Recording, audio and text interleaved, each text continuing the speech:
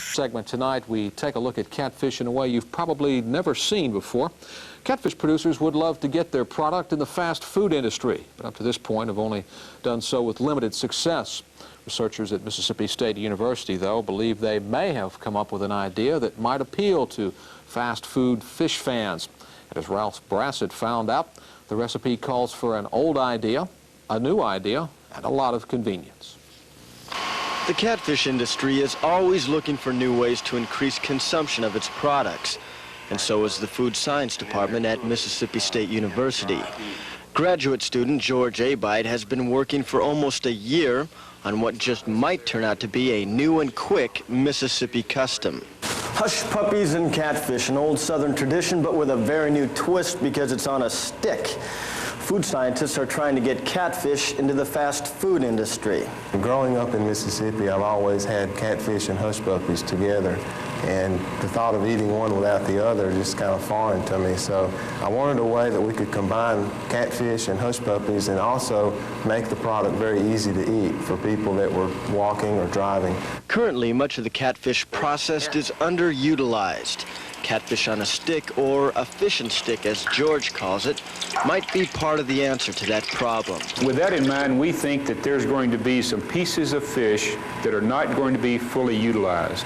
Now that would be from the small bits and pieces or mechanically deboned, or it may be oversized fish that are just too large for any existing product forms now. It's been a long road from raw fish to final product.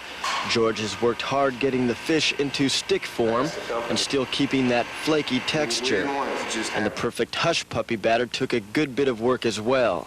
George is cautiously optimistic about his creation. They teach us in our classes that 90% or more of new food products are failures. And so part of developing new products is learning how to accept the fact that a product that you thought was the greatest thing in the world, no one else likes. I've tried to maintain a positive attitude that it will fly. And also people that have tasted it, their positive reaction has helped boost my confidence in the product. George is satisfied with the outcome. His teacher is satisfied with the outcome, but their votes don't count. Of course, the real test to how he did is how the consumers react to it. That's the ultimate judge. If the fish and stick does catch on, it could give the catfish industry a big boost, creating a larger demand and maybe even creating some new jobs. Some processors have already expressed interest in the new product. For Farm Week, I'm Ralph Brassett reporting. Ralph, you can't get them in the stores now. What are the prospects of being able to get that in the future? No, you can't get them yet, but what those folks need to do is to get a processor interested in the product, and they'll get it and perfect it, make some of the perfections to make it marketable.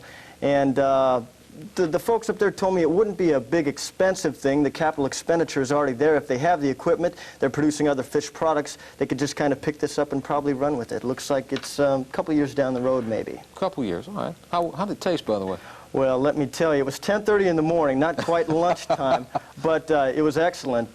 George Abide, the graduate student, did an excellent job under the direction of Jim Hernsberger, and I'll tell you this, it was 10 times better than a corn dog. All right. Thanks, Ralph. You're welcome. Well, that just about takes care of business for another week. As always, we welcome your input into the program. You can write us with your comments and suggestions at Farm Week, Post Office Box 5446, Mississippi State, Mississippi 39762. Next week, at least two stories of note. First, we'll look at the most recent changes in the Conservation Reserve Program, and we'll discuss the options you'll have during the next sign-up period that begins February 1st. We'll also report on the outlook for rice producers this year. We'll get the price forecast and the latest production information at the National Rice Outlook Conference in Greenville that we told you about earlier in the program. Of course, we'll have all the other farm news and market analysis as well, so please make plans to join us again next Monday night. Now, for Ralph Brassett and the rest of the Farm Week crew, I'm Tyson Gear. Thank you for watching, and enjoy your week.